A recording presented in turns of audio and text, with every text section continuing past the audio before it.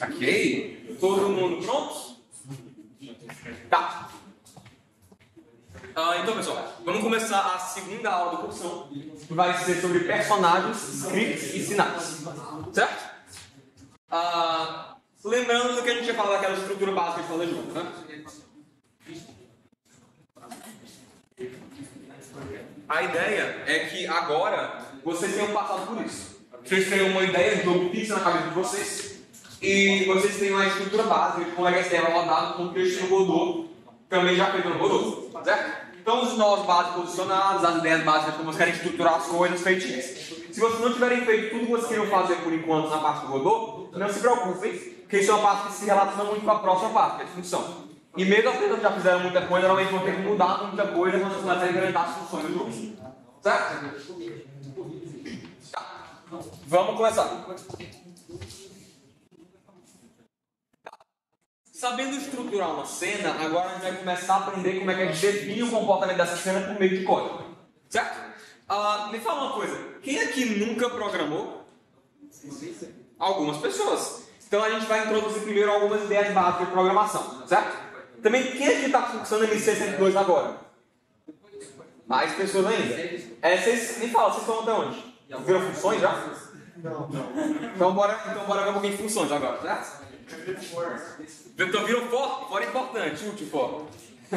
Mas, a gente vai ver um pouquinho das bases de programação. O pessoal de 102 também escutem, que vai ter umas coisas novas para vocês, certo? Então, a gente vai primeiro pensar em programação, mas eu quero deixar claro que essa aula aqui não é sobre programar, certo? Não é sobre você pegar o código e escrever no código, é sobre você pensar como programador, certo? Pegar as funções do seu jogo e começar a ter as ideias necessárias para começar a estruturar elas como código, certo? A gente falou um pouquinho da linguagem do Godot, que é JavaScript, que é uma linguagem muito parecida com Python, mas o foco aqui não é aprender as funções específicas de como isso funciona no JavaScript. O foco aqui é aprender os conceitos para a gente conseguir aplicar isso que surgir. Certo? Tá. Vamos falar alguns conceitos básicos de programação. A primeira parte. Quando a gente escreve código, o que a gente está fazendo é basicamente definir uma sequência de passos necessários para realizar a tarefa. Certo? Para a gente é muito fácil aplicar para nossos contemporâneos as coisas que a gente quer que nosso jogo faça. Certo? Mas o computador não entende a linguagem natural que a gente usa entre a gente. Então a gente precisa fazer uma sequência de passos um pouco mais intuitiva para ele conseguir entender como fazer as coisas em passos que ele consegue fazer. Certo? A gente usa a linguagem chamada JavaScript, que é uma linguagem muito parecida com Python, que é constante esses dois, e também a linguagem básica que o Godot usa. Então a gente tem algumas coisas aqui. Aqui a gente tem o Hello World, que é o programa mais simples que a gente faz no Godot, que é basicamente printar os testes de Hello World, e a gente vai evoluir um pouquinho a partir disso. Alguns conceitos. Em primeiro lugar, variáveis. Uma variável em programação é basicamente uma coisa que contém outra coisa. Certo? É basicamente um contenedor de alguma coisa. Uma variável pode, por exemplo, guardar um número. E você pode usar esse número ao longo do código. Certo? De uma maneira que você lembrar que alguma coisa existe e poder modificar essa coisa ao longo do tempo. Variáveis começam a existir depois de serem declaradas. Então, a gente vai criar uma variável, vai criar esse contenedorzinho, e depois a gente pode modificar o que está dentro desse contenedor. Certo? Em JavaScript, a gente vai criar uma variável usando essa palavra-chave chamada var. Ok? Aqui está a linha de código. Aqui a gente começa declarando var vidas, a gente chama uma variável, a gente cria uma variável que se chama vidas, e bota vidas é igual a 3. Então a gente guarda o valor 3 dentro desse contenedor que chama vidas. É vidas. Certo? Então a gente tem uma caixinha que chama vidas, tem um número 3 dentro. Depois a gente pode criar outra variável que chama vidas perdidas, e aí essa variável vai ser igual a 2. Ok? E agora pode botar vidas, vai igual a vidas menos vidas perdidas. O que acontece aqui é que a gente está pegando o valor de vidas, subtraindo vidas perdidas e guardando esse novo valor dentro de vidas. Então, se a gente pegar o valor que tem antes, seria 3 menos 2, isso vai dar igual a 1. Então, o valor 1 vai ser guardado dentro de vidas. Isso faz sentido para todo mundo? Alguém ficou com uma dúvida? Perfeito. Esse conceito de variáveis é bem tranquilo, certo? Esses contenedores podem guardar várias coisas diferentes, de números, como é o caso daqui, até palavras ou caracteres, ou até objetos maiores, como objetos do jogo de vocês. Uma variável pode, por exemplo, guardar inimigo do jogo, certo? A gente vai aprender como é que funciona na prática com o tempo. Próxima ideia. Condições. Certo? Para a gente poder tomar decisões no nosso jogo, a gente quer que o nosso código consiga decidir quando uma coisa aconteceu e quando uma coisa não aconteceu. Certo? Por exemplo, a gente pode querer que o nosso jogador mova somente se o jogador tiver apertado o botão de andar. Certo? Isso pode ser uma condição. Uma condição em programação, eu usei na forma de se e se não. Certo? Se aconteceu tananã, faça alguma coisa, ou se não aconteceu tananã, faça outra coisa. Certo? No JavaScript vai declarar essas condicionais usando a palavra-chave if e else. Então, if, se aconteceu alguma coisa, faça tal, ou else, se não aconteceu, faça outra coisa. Certo? O bloco, bastante como funciona isso aqui na prática, o bloco que na frente do if vai mostrar o que você tem que fazer nesse caso. E o da frente do else vai mostrar o que você tem que fazer nesse caso. Certo? Então, por exemplo, aqui vai dar assim: if vidas igual a zero, ou seja, somente se a variável vidas tiver o valor zero dentro, a gente vai printar você morreu. E caso contrário, ou seja, se vidas não tiver o valor zero, a gente vai printar você está vivo. Faz sentido isso? Tá. Vocês podem notar que aqui a gente usou um igual no lugar de um igual. Certo? Tem uma diferença entre esses dois. Um igual é uma coisa que você poder guardar uma coisa dentro da variável. Certo? Um igual é um comparador. É uma operação lógica que vai retornar um valor ou verdadeiro ou falso. No caso aqui, o igual vai retornar um valor verdadeiro se as coisas forem iguais, ou um valor falso se as coisas forem diferentes. Certo? É bem diferente do igual. Vocês também podem usar alguns operadores de aritmética para fazer as coisas. Por exemplo, se alguma coisa é maior que outra, faça uma coisa, se maior é igual, se é diferente, se é igual, e coisas assim. Alguma dúvida quanto a condicionais? Estão bem? Os conceitos são bem simples, ficam mais complicados na implementar.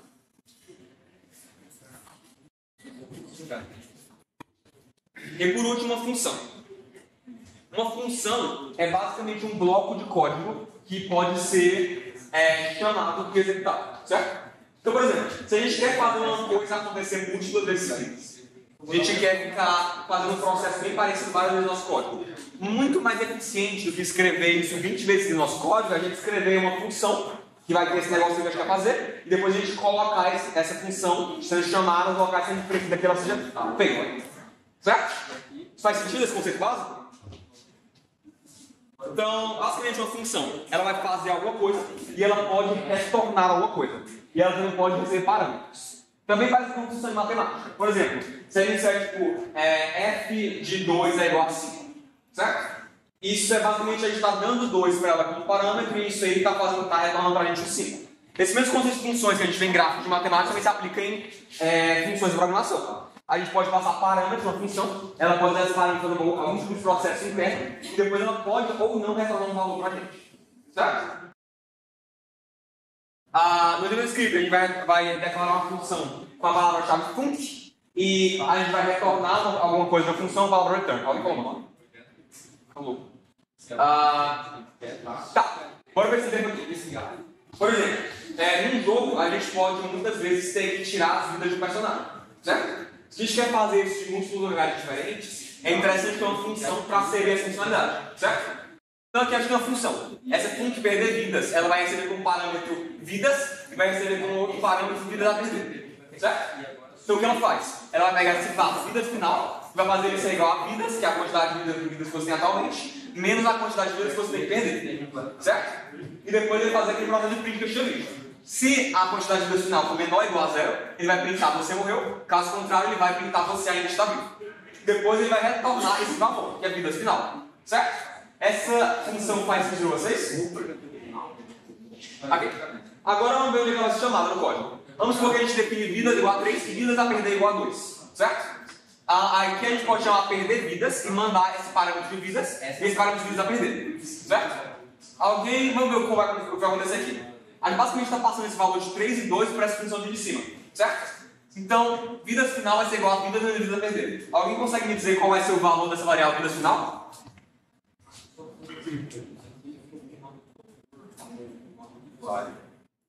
A ideia é que a gente passou aqui o valor de 3 e 2. Então, onde tem vidas aqui e vidas a perder, a gente vai estar substituindo os valores que a gente passou. Então, você pode pensar que no lugar de vidas aqui é escrito 3 e aqui é escrito 2. Então, o valor do vidas final vai ser 1.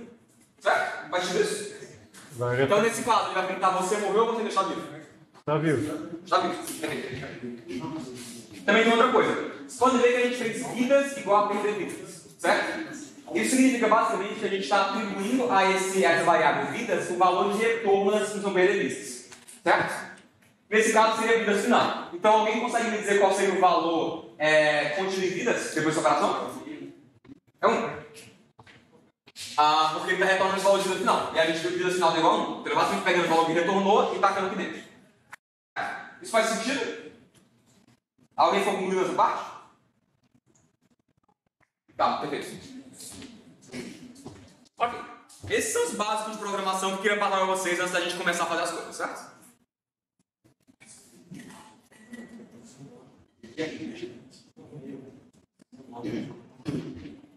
Outra coisa que a gente vai falar para o Godot é sobre variáveis globais, certo? Uma variável ela é definida e ela varia no escopo que ela foi definida, certo? Se a gente define uma variável fora de uma função, ela pode ser chamada de qualquer lugar. E a gente consegue dar muita coisa. Isso é útil para valores que a gente quer guardar por bastante tempo. Tipo a velocidade de um personagem, ou o frame de animação que ele está e coisa desse tipo. Mas se você declarar uma variável dentro de uma função, essa variável vai ser dentro dessa função. E você não vai poder chamar ela de outras funções. Isso faz sentido? Tá. Então, não entrem em pânico, certo? A gente vai ver um pouquinho de código aqui. E eu acho que código, você não conhece, tem de ser muito intimidador. Mas é importante vocês lembrarem que não é importante você decorar nenhuma função por aqui. O que a gente está praticando aqui de verdade é basicamente as habilidades de pensar como um programador. Pensar na lógica de jogo que você tem na cabeça e transformar ela numa coisa que você pode eventualmente transformar em código. Basicamente transformar numa série de passos que você consegue entender que o computador conseguiria fazer. No lugar de você realmente fazer essa grande de códigos de instruções específicas do computador. Tá? A parte principal é a lógica. Como escrever o código é outra história. Certo? Isso é porque o Godot ele tem muitas funções diferentes. E eu não tenho como ensinar todas a vocês nem em 2 dias, nem em 1 semana, nem em 1 mês. Certo? Que eu não sei nem metade, nem um terço das coisas do Godot. Então, vamos aprender como pensar e depois a gente pensa em como é que vai transformar esse código de verdade. Tá. Vamos falar um pouquinho de scripts. Scripts são uma maneira como você vai fazer com que seus nós consigam fazer coisas no ambiente de loop. Certo? Scripts são basicamente arquivos de código que você vai associar a um nó específico. Todo nó ele vai ter funções e variáveis próprias. É isso que define o que é esse nó. Por exemplo, o sprite 2D ele vai ter muitas funções que tem a ver com mostrar imagens. O character body 2D ele vai ter muitas funções que tem a ver com mover corpos em espaços dimensionais. Certo? Quando a gente cria um script no nó, a gente está basicamente estendendo a parte da função desse nó. Então a gente pode criar nossas próprias funções, enquanto a gente também pode usar as funções que já existem nesse nó. Certo? Então a ideia é basicamente criar a funcionalidade a partir do que já existe ali. Os nós que vocês criaram, só tipo, botar na frente de vocês, não fazem nada por si só. A gente tem que colocar comportamentos nele na parte do script. Só que tem muita coisa pronta que a gente já consegue utilizar para poder facilitar esse processo. Por exemplo, o character body 2D vai ter uma função que é muito útil para a gente, que é o move and slide. Move and slide é uma função do character body 2D que vai fazer com que o personagem deslize pelo ambiente, colidindo com coisas e tipo, deslizando pelo chão e coisas desse tipo de maneira natural, de acordo com a velocidade que a gente vai sentar. Certo? Então, a maneira como isso funciona no character body 2D, a gente vai definir essa variável que chama velocity, que é uma variável que tem no próprio character body 2D. Aqui, por exemplo, a gente colocou um vetor que é basicamente um vetor com 100 no x e 0 no y, ok? E depois a gente chama a função move slide, que vai mover esse corpo de acordo com a velocidade. Então é simples assim, fazer um pedaço mexer no volume. Certo?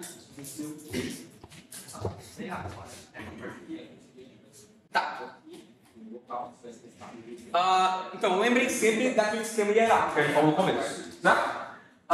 Nós herdam todos nós. Como do mesmo jeito que a gente consegue entender a funcionalidade de nós, esse nós tem a funcionalidade de outras coisas. Por exemplo, o nó 2D ele vai ter aquele negócio da posição e da rotação, que a gente pode usar para definir onde esse nó vai ficar no mundo. Então, todo nó que vai herdar dele, todo nó que é 2D, tipo sprite 2D, tipo collision, tipo character body 2D, coisas desse tipo, todos esses nós vão ter as mesmas funcionalidades que o Node 2D tem. Certo? Já que todo nó vai dar esse node, que quase não dá para ver porque está escrito em branco, a gente vai poder usar muitas funções que estão nesse node principal. Que você vai ser muito útil de programar nó no geral. Certo? Então aqui no exemplo, o Sprite 2D vai ter as funções específicas dele, mas ele também vai ter as funções do Node 2D e do Node original. Certo?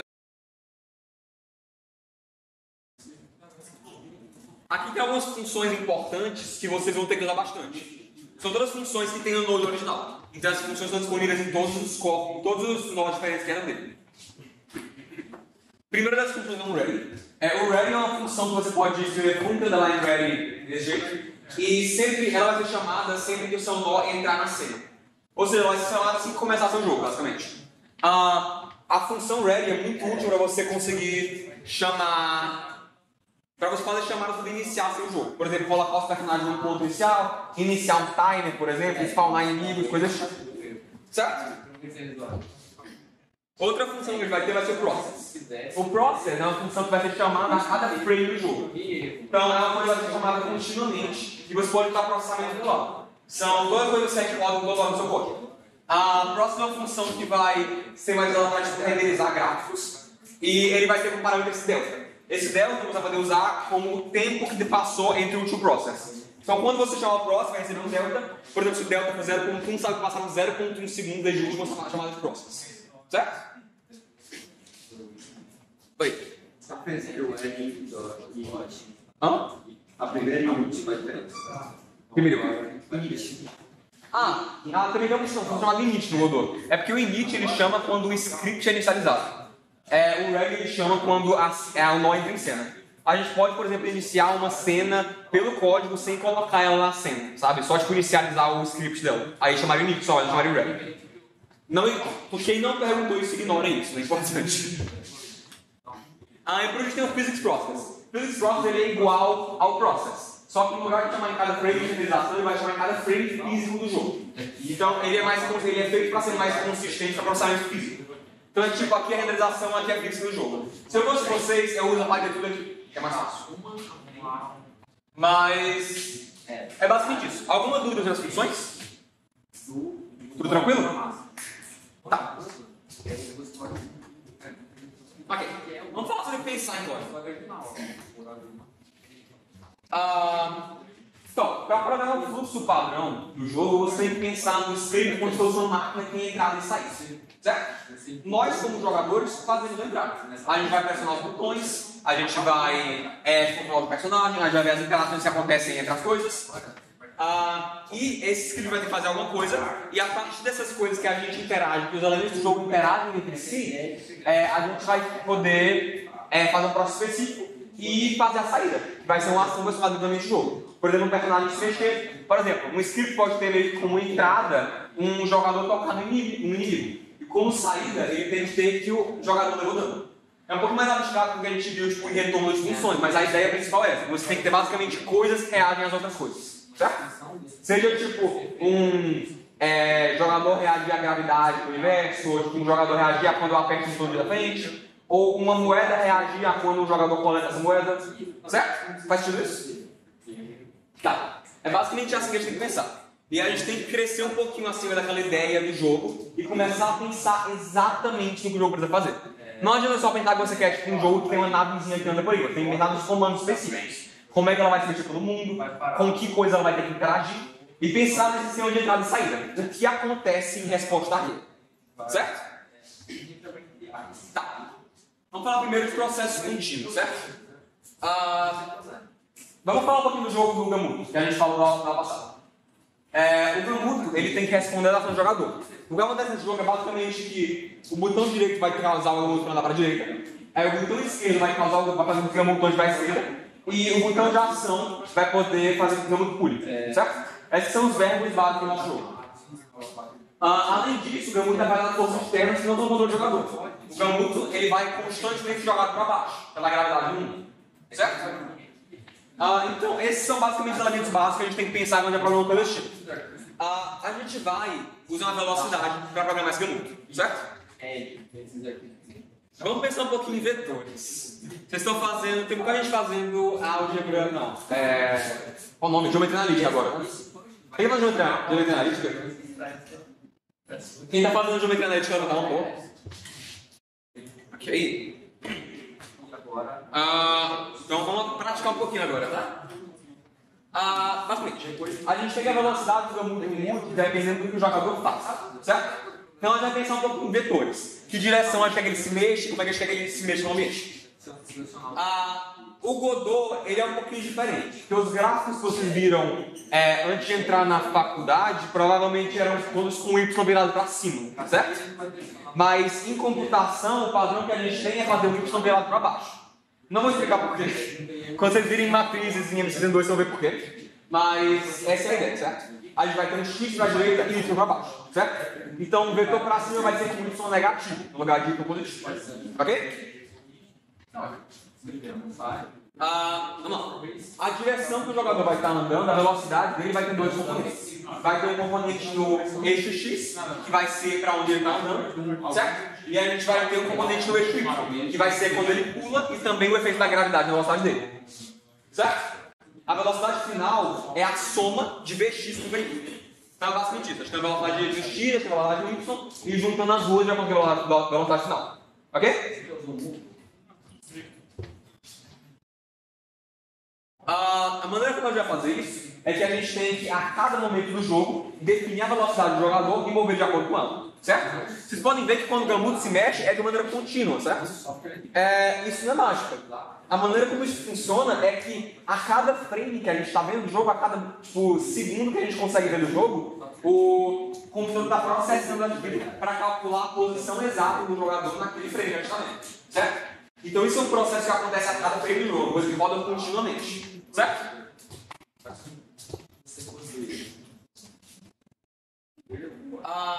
Vamos pensar em como é que vai acontecer passo a passo. A gente não vai preocupar muito com o código por enquanto. A gente vai ver o que a gente chama de pseudocódigo, certo? Que é basicamente um código de mentira para poder explicar a funcionalidade de uma maneira que a gente consiga entender com mais facilidade. Então, aqui é o pseudocódigo que eu criei para explicar como é que funciona. Ok?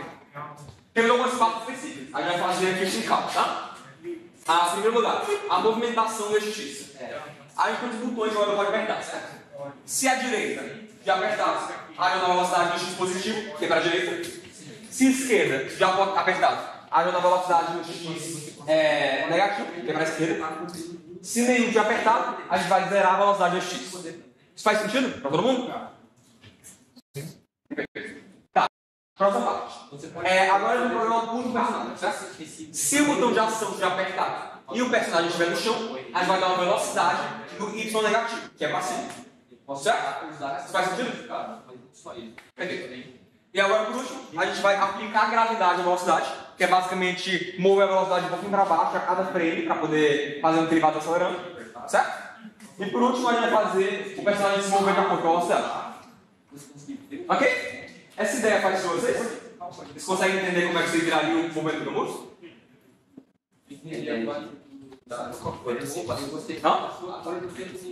É porque, tipo... Cadê?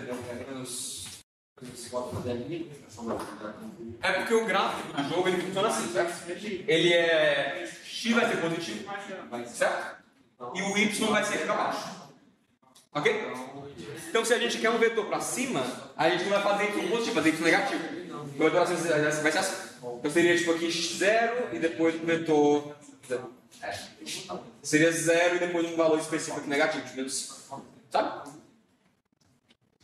Todo mundo tranquilo? Perfeito? Vai. Vamos agora escrever o código disso aqui, ok? Como isso é uma coisa que vai rodar continuamente a cada frame do jogo, a gente vai dar uma função de once, que é o physics properties. Certo? Lembrando que isso aqui é só um exemplo. A gente não tem que decorar as funções por enquanto. É só pensar nessa ideia de transformar em código e pegar aquela ideia básica e transformar numa coisa que consegue usar no código de verdade. Podemos começar? Perfeito. Vamos em parte, certo? Primeiro essa parte horizontal. É aquela ideia de se você apertar o botão à direita, velocidade à direita, botão à esquerda, velocidade para a esquerda, sem botão, zerar a velocidade. Certo? Nesse caso aqui, a gente vai usar uma coisa do Character Body 2D. Ok? Character Body 2D, ele vai ter uma variável interna que chama Velocity. Essa velocity é uma variável que define qual vai ser a velocidade do personagem. Ela é um vetor 2D, que é basicamente a velocidade vetorial dele. É de física, isso aí. Então a gente faz o seguinte, a gente faz aqui, if input is action pressed é basicamente uma função que vai verificar se uma ação que a gente devia pressionar. Essa ação direita e esquerda são coisas definidas do código do Gamut que a gente fez do Gamut fez. Então você pode só chamar esse if input is action pressed para poder verificar se o botão direito está pressionado. Então a gente fez aqui, if input is action pressed direita, velocity.x igual a 300. Vai ficar mudando o valor do x da velocidade para o valor 300, que é um valor positivo, que define a nossa velocidade. Elif é basicamente escrever um else e um if. Se esse if não for verdade, passa a ser else. Ok? Elif, input.action press de esquerda, ele vai, nesse caso, ele vai dar uma velocidade do x negativa. E caso contrário, caso não seja nem direita nem esquerda, ele vai dar uma velocidade do x que vai ser 0. Tranquilo até aqui? Tem uma dúvida? Perfeito. Tá, próximo passo. Vamos falar da parte do pulo, certo? Quando a ação está apertada e se o jogador estiver no chão, já que ele não pode pular no ar, a gente vai dar uma velocidade menos y para ele. Essa é a ideia. Ok? Para poder fazer isso de maneira efetiva, a gente vai usar uma função que já tem no Character Body UZ, que é uma função que chama isOnFloor, que vai basicamente verificar se o jogador está encostando no chão de acordo com a última chamada do Move Slide. Então o que a gente faz aqui é basicamente if input action press ação, se acabou de apertar a ação, e isOnFloor, ele vai verificar se acabou de apertar a ação e o jogador está no chão, ele vai dar velocity.y igual a menos 600, que vai ser a velocidade inicial do nosso pulo. Tudo certo aqui? Perfeito. Próximo passo. Agora a gente vai aplicar a gravidade. Isso aqui não vai ter uma função pronta para isso, então a gente vai pegar uma fórmula emprestada da física. Todo mundo aqui lembra da fórmula do sorvete? Delta V dá igual a V0 mais... Quer dizer, delta V como é que é? Gente, VF dá igual a V0 mais AT. Sim, VF dá igual a V0. Eu fui para Internacional de Física, para propósito. Então, a gente vai pegar isso aqui. Delta V dá igual a delta T. Certo? A gente vai... Foi para essa aqui? Hã? Foi Figuração letiva, né? Figuração letiva, né? A gente foi para isso. Sério? Enfim. Vocês já viram meio fácil, né? Que é a prova é difícil, viu? Mas ó, o que a gente faz aqui é basicamente fazer essa variação assim. A gente faz aqui delta V é igual a delta T. A gente varia a velocidade de acordo com a aceleração de acordo com o tempo. Então, delta, se vocês lembram direito, é o tempo que passou desse processo. Então vai ser nosso delta T. A diferença de tempo desde que a gente processou achou isso. E a gente vai fazer aqui velocity.y mais igual. Isso é basicamente adicionar em cima do valor que a gente já tinha, esse mais igual. 800, que vai ser uma aceleração, vezes o delta, que é o nosso delta T. Tranquilo até aqui? Tudo bem? Tá. Seguindo em frente. E agora, por último, é mover de acordo com a velocidade. Mover de acordo com a velocidade é bem tranquilo no Gravity Body. Porque ele tem essa função chamada Move Slide, que a gente já visto antes, que vai basicamente mover o corpo de acordo com a velocidade que a gente viu nos slides passados. Tudo certo? E pessoal, esse aqui é o código completo do joguinho do Gamut. Vocês têm alguma dúvida desse código? Faz sentido todo mundo? Não é complicado, né? A ideia aqui é que não é fundamental que vocês saibam exatamente como fazer essa parte da direita, certo? Esse input por usar de press, esse isOnFloor, como é que vocês sabem disso, sabe? A ideia é mais que vocês conseguirem pensar nisso aqui, certo? Para poder saber o que vocês têm que fazer, para poder depois disso ler a documentação e gerar os monitores e conseguir chegar nesse código aqui, certo? Isso é uma coisa que você aprende, isso é uma coisa que você sabe. Tá. Ok. O jogo que a gente projetou não é perfeito, certo? Tem uns detalhezinhos aqui. Por exemplo, o número 300, vocês vejam que eles aparecem duas vezes ali, né? Se a gente quisesse dizer que a velocidade do jogador era 400, por exemplo, a gente ia ter que mudar ali em cima e mudar ali embaixo. Isso é chatinho, sabe? Quando é um código grande, pode ficar com múltiplas referências ao mesmo número. E nesse caso não é uma boa ideia. Você acaba tendo que mudar de lugares e mudar para uma operação pequena. Uma outra coisa, o Gamut não tem aceleração. Quando a gente aperta o botão direito e o botão para a esquerda, ele vai instantaneamente naquela velocidade. E acaba sendo um pouquinho súbito demais, que é desagradável de controlar. E outra coisa, ele não considera a sensibilidade de controles analógicos. Sabe quando você segura um controle analógico só um pouquinho e ele anda só um pouquinho o personagem? Se você fizer isso aqui no Gamut, ele vai andar o máximo possível, não importa a força que você colocar. Certo? Mas foi isso que a gente programou. Sabe? Tem várias maneiras diferentes de implementar a mesma ideia. E cabe a vocês descobrirem qual a versão mais interessante para poder implementar no jogo de vocês. Ok? Essa é a parte criativa da programação de jogos. Você que também tem a ver com design de jogo, é a experiência que você criar. Verdade. Certo? Vamos falar um pouquinho de eventos agora. Alguém sabe que jogo é esse? Super Mario. Qual Super Mario? Perfeito. Bom. Ok. A gente falou de processo que tem que acontecer continuamente, certo? Mas às vezes a gente quer que coisas aconteçam só de vez em quando. Por exemplo, quando o Mario pegou a moeda, a gente não precisa ficar verificando se o Mario pegou toda hora, certo? A gente quer que uma coisa aconteça especificamente quando o Mario for pego. Nesse caso, quando o Mario pega a moeda, a gente quer que a moeda suma e que a gente acrescente mais um controle de moeda do Mario. Certo? Como é que a gente faz o nosso código responder a eventos específicos? No Godot, a gente faz uma combinação de técnicas, certo? A gente vai começar com a ideia de chamadas de objetos, certo? Vocês notaram que a gente colocou scripts nos nossos nós, certo? A gente dá funções para eles e esse nó já vem com algumas funções criadas, certo? Uma coisa que a gente pode fazer é chamar essas funções de nós diferentes a partir de outros nós. Por exemplo, se eu tenho um script nesse nó aqui, DIRSCOM, mas eu quero começar. Como é que eu faço isso? Que o DIRSCOM não vai ter acesso à função do time, ele vai dar acesso à própria função, certo? Para poder fazer isso, a gente pode usar uma função que a gente chama de getNode, certo? GetNode você pode passar o caminho até o nó, a partir de outro nó, e depois você pode guardar essa nova variável. Depois você consegue, tendo esse nova variável, você consegue chamar funções que ele tem, certo? Então, nesse caso aqui, a gente faz o time, da getNode time, que é gente lembra o nome desse nome aqui, certo? E depois a gente faz time.start, que é uma função que tem no time. Esse aqui vai começar o timer com 5 segundos de duração. A maneira como a gente faz isso é basicamente colocar esse pontinho na frente da variável, certo? É esse ponto na frente do time que está falando basicamente do código, a gente está querendo chamar a função que está dentro do timer. Faz sentido isso? Alguma dúvida sobre isso? Esse start está dentro do código timer lá em cima. É isso aí. Start é uma função que já vem nesse nó timer. Então a gente nem criar script para fazer ela. Então se você chamar start, você está iniciando o timer. Tá. Tranquilo? Tá. Vamos fazer alguns exercícios. Tá. Eu quero participar com vocês agora, certo? Se a gente quiser iniciar o nó timer com um tempo de 5 segundos a partir do script de main, que chamada devemos fazer? Então, a gente está com o script naquele main, e a gente quer pegar esse timer bem aqui e fazer com que ele inicie com 5 segundos. Alguém tem alguma ideia de como começar? Não, vamos ignorar. Vamos supor que a gente já está na função que vai fazer isso, certo? Eu quero saber o que ele vai fazer no código, você vê. Imagina que começou no ready, por exemplo, e a gente quer fazer isso. Perfeito? Como é que a gente escreve? Tem uma ideia? Sabe como escreve? GetNode, mas o que a gente escreve no GetNode? Time. Time é com um T maiúsculo, que é o nome desse nó. E depois, agora, como é que a gente faz para chamar a função nessa variável? Time.start, que é a função do time. Time.start 5 para poder começar com 5 segundos. Certo? Tá. Mais um. Se a gente quiser obter um nó battery a partir do mesmo script, alguém tem uma ideia? A gente está aqui no main, a gente quer pegar esse battery aqui. Alguém sabe?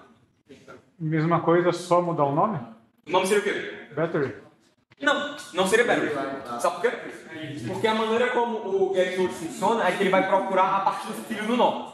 Certo? Então, ele está fazendo esse timer porque ele está passando esse nó da frente. Então, ele não consegue ver battery. É como se fosse assim, certo? Pensa no esquema de pastas. A gente não vai, se tem uma coisa em downloads que a gente por exemplo, tem imagem.png em downloads. A gente não pode ir em imagem.png no computador. A gente tem que ir em downloads/imagem.png. É a mesma ideia por aqui, certo? Então, no lugar de fazer só battery, a gente tem que considerar esse gateway, que é o nó que é pago desse nó battery, certo? Então, alguém tem uma ideia de como é que faz isso? GameUI/battery? GameUI/. É isso aí, perfeito. E aqui vai ficar getNode GameUI/battery. Próximo. E se a gente quiser obter um nó progress bar a partir do battery? Então, a partir do script battery, eu quero no desse aqui. Alguém sabe?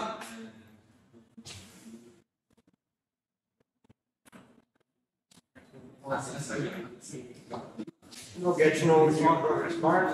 Perfeito. É só progress bar. Porque agora a gente está vendo da perspectiva do Berber. E progress bar é o fio direto do Berber. Então pode ser só progress bar. Tá. E agora, por último, se a gente quiser obter o mesmo nó a partir do time, do fio de time. Então a gente está bem aqui e a gente quer obter esse aqui. Alguém dá uma ideia? Hã? Battery bar, progress bar.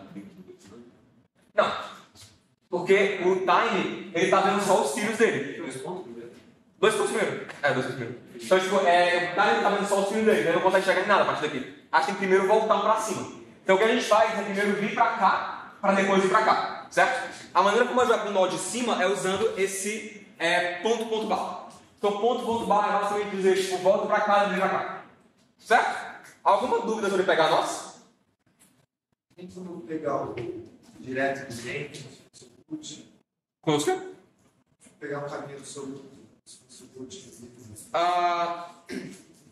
Eu acho que tem, mas é melhor vocês não fazerem isso, porque vocês não têm acesso ao caminho absoluto. Certo? Porque a maneira como o código funciona por trás, tem muita coisa do Gamutware que está rodando embaixo de vocês. Então vocês não sabem qual é o caminho absoluto. Então usem esses caminhos locais mesmo. Certo? Como que eu pegaria, tipo, dado um certo nó, um certo nó, aí eu quero saber a posição de um objeto de outro nó dentro desse script. Tudo, né? Tipo assim, eu tenho 2 objetos, cada um com um nó. Tá. Aí eu estou no script de um dos nós e eu quero a posição do outro objeto. Sim. Como que eu pego ele por dentro desse? Esse script é porque não existe script estático jogado, sabe? Todo mundo está jogado, quer dizer. Ele sempre vai ter um pai. Então vai ser um pai que conecta esse aqui. Você precisa encontrar esse pai para voltar para ele. Faz sentido. É tipo a mesma coisa como se fosse Não, é porque a posição que você dá só tipo a posição física dele, por exemplo. a posição física dele é uma propriedade dele. Então você tem que pegar o nó para poder pegar a posição.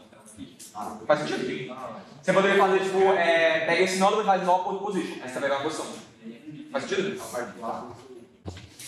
Matheus. Vem cá. Tem água? Cara. Obrigado.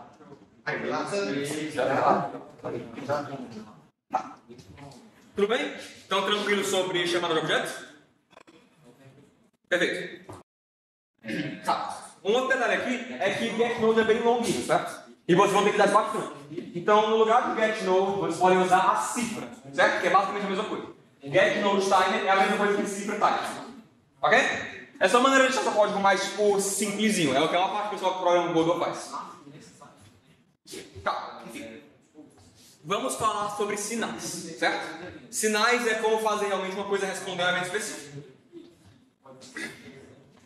A gente quer basicamente, o que o sinal faz é basicamente automatizar a chamada de uma função a partir de eventos específicos que acontecem, certo? Nós vamos ter eventos específicos, você pode programar para quando esse evento acontecer, você vai chamar uma função específica, ok? Então, por exemplo, a gente pode chamar o sinal timeout do timer, que é basicamente um sinal que vai rodar quando o timer acabar, quando chegar em 0, e aí você pode conectar ele na função. O que está acontecendo é o seguinte, a função timeout está conectada à função spawn no timer, no script do timer. Essa função spawn vai aumentar a pontuação em 1 e vai começar o timer mais uma vez com tempo de 5 segundos. Certo? Imaginem que o timer já está rodando. Alguém tem uma ideia do que está acontecendo nesse caso? Quando o timer acabar, o que acontece? Não, só isso, certo. E o que mais acontece? Então, tipo, ao longo do tempo do jogo, o que está acontecendo? Oi? Perfeito. A cada 5 segundos o jogador vai estar ganhando pontos. Faz sentido isso? Perfeito.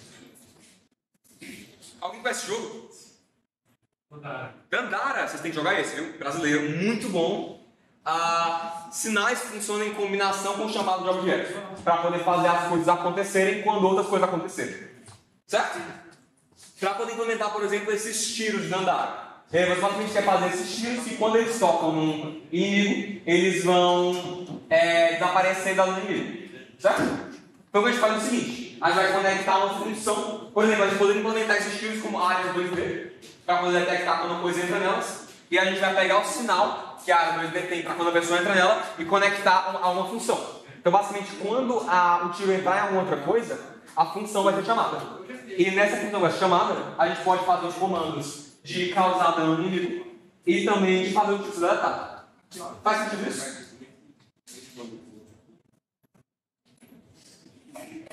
Nenhuma dúvida? Perfeito.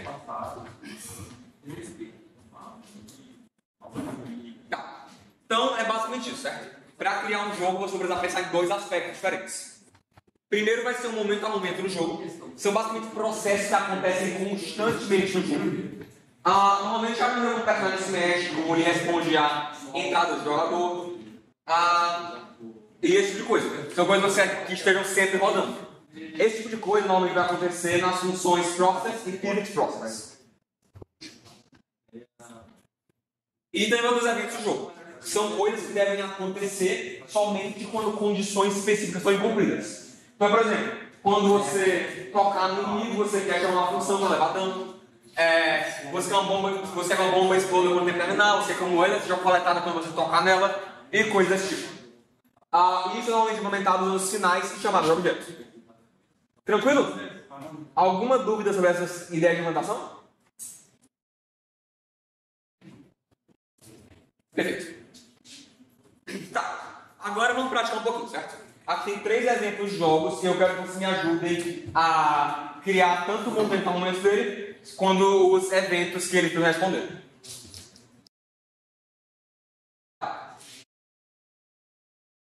Alguém sabe que jogo é esse aqui? Esse aqui é VVVVVV. Então, alguém jogou esse jogo? Ok. VVVV, a ideia dele é basicamente que é um jogo de plataforma que você não pode pular, certo? Você pode inverter a gravidade quando o dia toca no chão. E você pode andar para a esquerda e para a direita. E quando você tocar no espinho, você morre. Certo? Todo mundo entendeu como o jogo funciona? Tá. Como é que a gente implementaria isso aqui? Vamos pensar primeiro no que eu vou dar de momento a momento. Pode começar. Quero ideias. Verifica se está apertando algum botão para a esquerda para a direita. É tipo que acontece constantemente no jogo. Tá? O processo contínuo dele.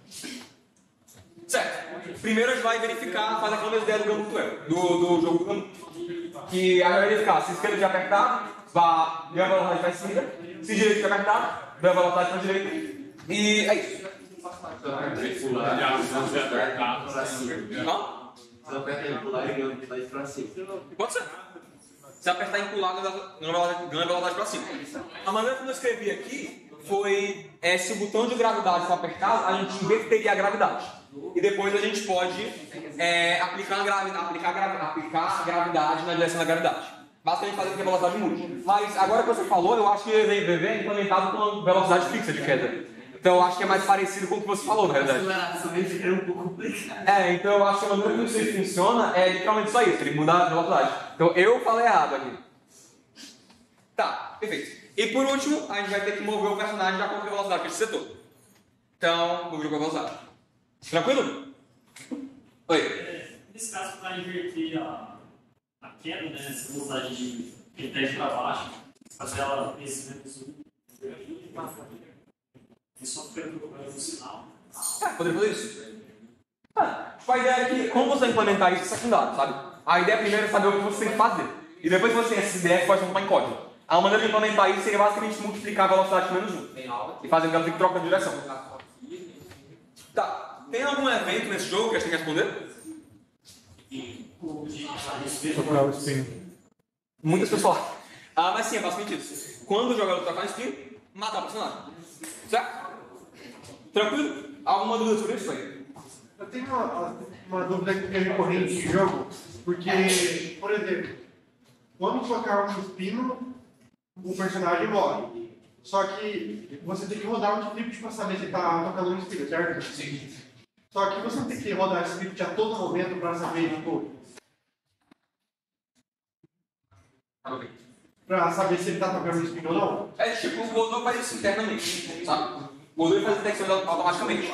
A maneira como a gente pode simplificar isso para a gente é usando sinais. a gente consegue verificar exatamente quando acontecer um evento de jogador entre outro tem que é uma coisa. Por exemplo, se o jogador tem uma área 2D e o inscrito também é uma área 2D, a gente pode só verificar quando essa área 2D é colhida. Que isso vai ser evento específico. Dado esse evento, a gente pode chamar a função de valor relacionado. Mas na engine do Godot ele teria que verificar. Na engine do Godot ele tem uma maneira que a gente está isso, então eu imagino que seja verificado assim. Mais alguma dúvida? Calma. Próximo jogo. Alguém sabe que jogo é esse aqui? The Binding of Isaac. Tá. Quem jogou esse jogo? Ok. Tá. Então a ideia desse jogo aqui é basicamente que você vai poder andar para as 4 direções, certo? E você também pode atirar para as 4 direções independentemente para onde está andando. Ok? Vamos ignorar o resto das coisas, inimigos, tudo mais, só pensar nessa parte de movimentação e atirar, certo? Alguém pode me ajudar com isso aqui? Como é que a gente faria esse personagem se mover? Sabe eu tô pra esquerda, né? Eu vou pra esquerda, a pessoa direita vai pra direita, bate. Perfeito. Basicamente aquele mesmo esquema. A gente vai dar velocidade com base no botão de apertar. Então direita mais, esquerda menos X, direita mais X, cima menos X, baixo mais Y. Digo, cima menos Y, baixo mais Y. É basicamente isso. Já que esse jogo não tem gravidade, a gente só não tem mover o personagem assim pelos lados, então a gente tem que provar com isso também. Então a gente basicamente faz com que o personagem se mova de acordo com a velocidade. E agora o processamento de tiro. Como é que faria isso? Ao apertar espaço, ele instancia um objeto que é o tiro. Sim, mas ele consegue atirar para todos os lados. A ideia do jogo é que você vai ter 2 partes. WSD vai se mexer e as setas a atirar. Mas é perto disso, é apertar um botão de distanciar a bala. Mas que botão que tá aí? WSD. Você tem que verificar para cada direção. No caso, é bem parecido com um esquema de movimentação. A gente basicamente vai verificar o botão de tiro. Se atirar à esquerda, criar tiro com velocidade menos Y. Se atirar à direita, criar tiro com velocidade mais X. Eu falo errado o nome como exatamente a gente vai implementar essa função de criar tiro, isso aí é uma coisa diferente. Aqui pode ter um problema na medida que ele for surgir. Mas a ideia principal é essa. Tranquilo? Alguém tem alguma dúvida quanto a isso? Se ele apertar a esquerda e baixo, ele não atira duas. Atira. Sim. Isso é um problema do nosso código, por exemplo. Isso aqui é uma versão bem simples como é que você funcionar. Num jogo de verdade você tem umas verificações. Você verificar que o personagem tá, não vai atirar nem louco toda hora, sabe? Tipo, isso aqui é só um esqueminha. Mas isso aqui funciona assim. Tranquilo? Tá. Último jogo. Alguém conhece esse jogo aqui? É novo esse aí, né? Eu acho que é do ano passado. Isso aqui é Post Void, certo? É um jogo 3D, certo? Mas até vocês esqueçam um pouquinho a parte de tiro, a parte de andar e tudo mais, certo? O jogo tem uma mecânica especial, certo? O jogo ele tem um timer que está constantemente rodando e está constantemente acabando o seu tempo. A ideia do jogo é que quando esse timer acabar, você morre. E quando você matar um inimigo, esse tempo vai recuperar, certo? Então, como é que a gente pode implementar essa mecânica de timer? Não? Sim, a gente começaria o timer eventualmente. Mas eu quero saber, tipo, supondo que o timer está rodando, como é que quando é que esse timer se modificar? E você é dentro ou você toda hora? Às vezes você mata alguém e aí toda vez que você recompensa, você subtrai muito do seu tempo de vida. E toda vez que você mata alguém, aumenta o seu tempo de vida. Se der tudo certo. A ideia de subtrair de tempo de vida é o timer já vai automaticamente. Então a gente não vai se preocupar com isso. Mas é basicamente isso dele. Quando começar o jogo, aquele Create Timer, vai ser iniciar o timer com o tempo inicial. Depois, quando matar o inimigo, vai dar mais tempo pro timer. E por último, quando o timer acabar, você vai matar o jogador. Certo? Alguma dúvida sobre isso? Perfeito, gente.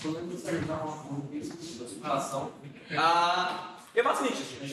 É muito normal não saber como implementar as coisas específicas. Mas pensar no que você tem que fazer e fazer aqueles esquemas, conseguir entender como é que seu jogo deve funcionar é a parte mais importante.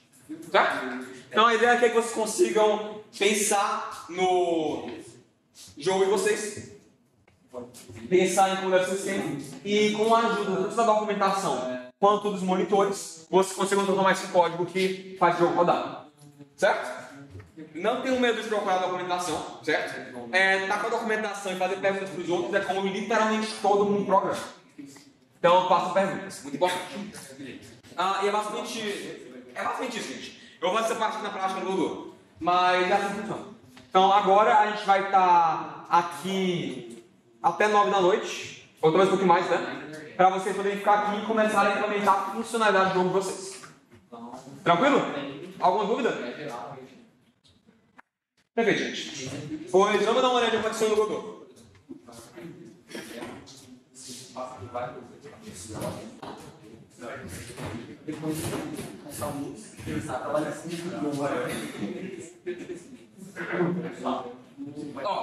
Tendo aqui o Godot, a gente consegue vir aqui num node específico, apertar com o botão direito e clicar em Attach Script, para poder criar um script específico novo, certo?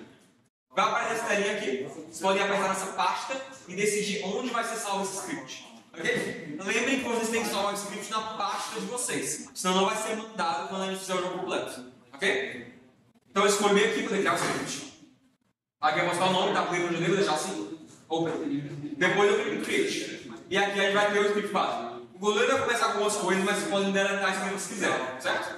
Isso é interessante porque vai dar uma noção de vocês de como é que quais são as funções mais importantes desse nome. Então vocês podem dar uma lida para entender melhor.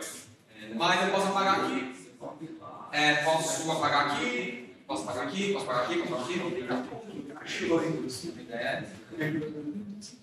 E agora nós vamos fazer tipo movement light, fazer por exemplo velocity tá igual a um vetor sem zero.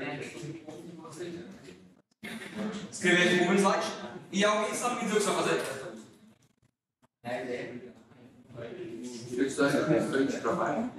Não para baixo, mas para a direita. Que esse é o X livre. Mas é isso. Se eu fizer isso aqui, ele já vai. Cadê?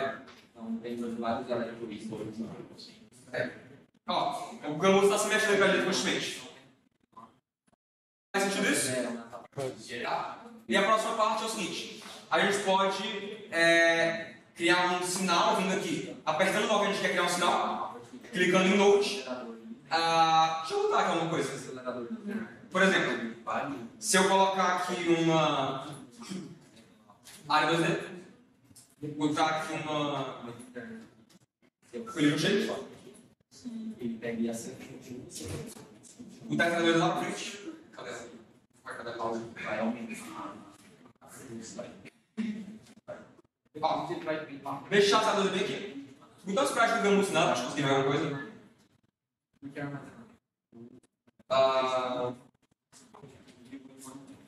Ok? Criar um shape aqui de ciclo, né? E fazer o seguinte: a gente vai vir aqui em i2D, clicar em Node no inspetor, vir aqui em Area Entered, que é o sinal que a gente quer conectar, que é basicamente o sinal que é chamado sempre com uma área conectada. Apertar no botão direito, clicar em Connect, selecionar o script de que a gente quer conectar. Vamos conectar aqui o script de play, tá pronto? Certo? Ligar em Connect. Essa função vai passar a área, que é basicamente a área que foi que colidiu com ela. Então a gente pode chamar aqui área.queueFree. QFree é basicamente a função que vai deletar essa cena do nosso árvore de cenas. Certo? Então o que isso vai fazer é basicamente fazer com que quando o jogador colidir com essa área 2D, ele vai assinar esse sinal que vai chamar essa função, que vai chamar essa função que vai deletar a área. Certo? Vocês podem ver aqui, só ver se está tudo certinho para. Peraí, eu fiz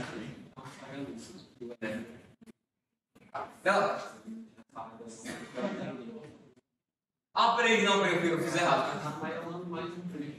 Não é suposto ser area entered, é suposto ser body entered, porque a gente está falando um pouco de física, certo? Porque o player é um character body, não a área. Então a gente chama aqui body entered, connect. O player. E faz isso também. Só que no lugar de área ele faz isso. E pronto. Agora quando eu chamar isso aqui, ele deve detectar quando o jogador entra na área. E deve detectar. Ei, faz sentido? Tá. Todo mundo entendeu? Perfeito, gente. Então a gente vai dar com um tempinho. Podem começar a acordar o jogo de vocês. Se qualquer dúvida é só chamar. Meu Deus. Tá. Ok, peraí. Primeiro uma coisa que a gente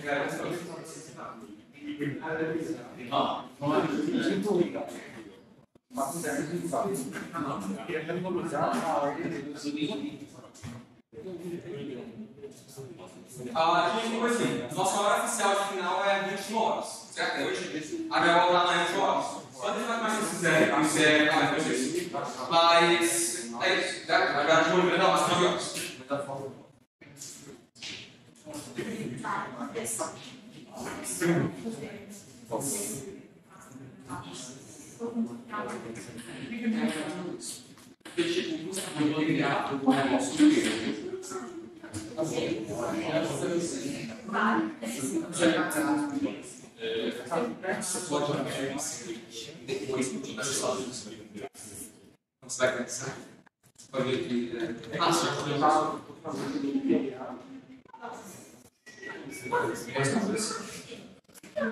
Ele está perseguindo.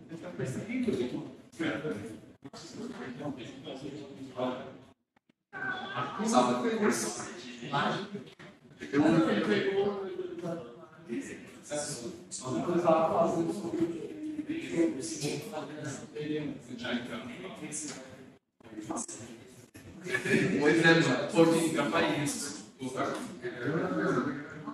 Como é que tu pegar? Tá. Aí pra pasta. Aí a gente vai